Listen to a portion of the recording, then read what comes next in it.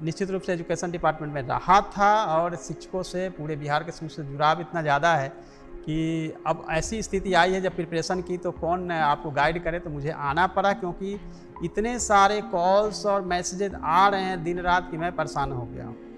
तो आप लोग परेशान मत होइए, जब मैं परेशान हो गया आप लोग खुश रहिए, मैं आपको गाइड करूँगा किस तरह से आपको करनी है, क्योंकि आप सभी मेरे लिए आदर्श हैं।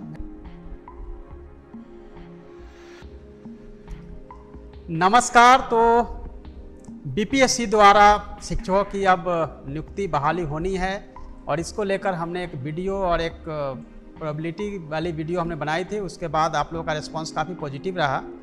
उससे पहले मैं आप लोगों को बताना चाहूँगा कि मैं अगर आज आईएएस ऑफिसर हूँ तो शिक्षकों के बदौलत हूँ। मेरे जो शिक्षक थे जिन्होंने मुझे इतने तरह से अच्छे से नर्चर किया, इतने अच्छे से मुझे पढ़ाया, जिसके आधार पे और उनके पढ़ाए हुए मार्गदर्शन के आधार पे जो उस समय की इतनी अच्छी शिक्षा व्यवस्था थी, जिसमें कि हम लोग प्रैक्टिकल करते थे। हाई स्कूल में बायोलॉजी, फिजिक्स, केमिस्ट्री उनकी प्रैक्टिकल कितनी अच्छी लेवल की होती थी और जो भी पढ़ाया गया स्कूल से पढ़ाया गया। आज के दौर में कोई न सोशल मीडिया थी या न ही कहीं कोचिंग और न क्लासेस थी।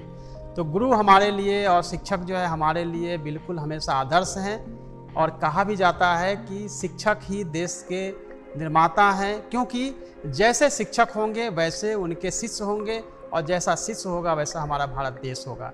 ऐसे में बीपीएससी द्वारा जो एग्जामिनेशन ली जानी है उसको लेकर काफ़ी प्रयास है, अभी प्रोसेस अंडर प्रोसेस है और जो भी आपको बताया जा रहा है वो सभी अनुमान के आधार पर ही बताए जा रहे हैं। जो न्यूज़पेपर आज भी सभी न्यूज़पेपर में जो न्यूज़ है वो अलग अलग आए हैं। तो सुबह से आप लोगों ने कॉल किया, कहा कि सर कुछ आप अपना मार्गदर्शन दीजिए।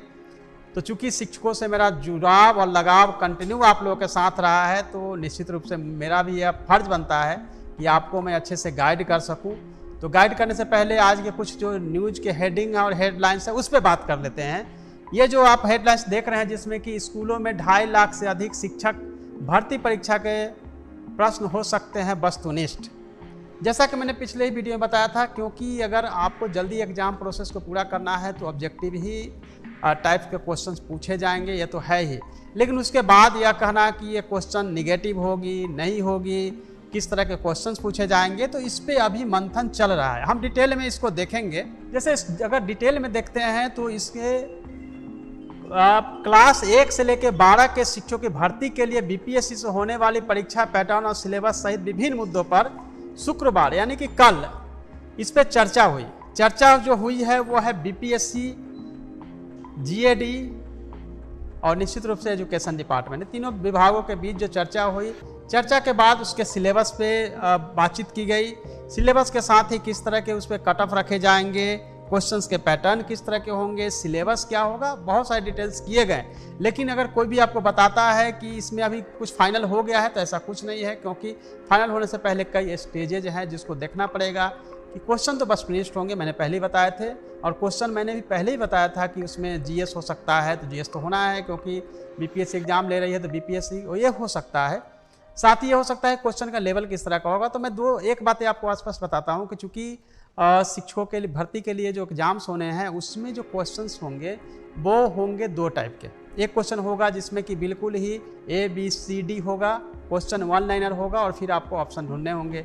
दूसरे टाइप का क्वेश्चन इसमें मैचिंग होगा, ABCD 1 2 3 मैच करके कूट मिला के फिर आपको आंसर देना होगा। लेकिन स्टेटमेंट वाले क्वेश्चंस जो है उसकी पॉसिबिलिटी इसलिए नहीं रहती है क्योंकि जैसे ही स्टेटमेंट वाले क्वेश्चंस आएंगे क्वेश्चन होंगे टफ और ये यूपीएससी स्टैंडर्ड और बीपीएससी के ऊपर के लेवल का होने लगेगा। तो मुझे जो लगता है उसके मुताबिक यही होना चाहिए कि 2 क्वेश्चन इस टाइप के होंगे। और हाँ, ये है कि टीचिंग एप्टीट्यूड में जो क्वेश्चंस होंगे वो स्टेटमेंट वाइज होंगे, बट इजी और छोटे छोटे स्टेटमेंट होंगे जिसको कि सॉल्व करना बहुत ही आसान होगा। तो चलिए आज जो न्यूज़ मार्केटिंग में जो चीज़ें आई है उसको पहले आप लोगों का स्पष्ट कर दें, क्योंकि काफ़ी दुविधा है आप लोगों के बीच कि 1 से 12 तक के परीक्षा एक साथ लिया जाए या फिर अलग अलग लिया जाए। देखिए, अगर अपनी अपनी राय होती है, लेकिन कभी भी एक साथ अगर एग्जाम लिया जाएगा तो जो लेवल है वो एक हो ही नहीं सकता है। क्वेश्चन जो है वो अलग अलग होंगे। ये भी पॉसिबिलिटी इसलिए है क्योंकि जो प्राइमरी के लिए है, जो माध्यमिक के लिए है और उच्चतर माध्यमिक के लिए, तीनों के लेवल अलग अलग होते हैं। और उसमें भी है कि डीएलएड के स्टूडेंट जो प्राइमरी में होते हैं, फिर आप देखेंगे माध्यमिक उच्चतर माध्यमिक में वो वहाँ पर बीएड और एमएड के और स्टेट पास किए हुए हैं, जहाँ पर नीचे देखते हैं कि सीटेट पास किए हुए स्टूडेंट हैं, सबके लेवल अलग है, तो एक तरह के क्वेश्चन पैटर्न को रखना बड़ा मुश्किल सा लगता है, क्योंकि ये सब अनुमान के आधार पे न्यूज में लिखा जाता है कि ये होगा, लेकिन मुझे जो लगता है एक साथ रखना भी थोड़ा मुश्किल होगा, अलग अलग ही होनी चाहिए। जो नियोजित शिक्षक उनके तो अलग हो गए। कट ऑफ मार्क्स को लेकर भी कि कट ऑफ मार्क्स एक इतना होना चाहिए, बार बार लिखा था 45% रिजर्व कैटेगरी या 50% जनरल कैटेगरी का कट ऑफ मार्क्स निर्धारित किया जा सकता है।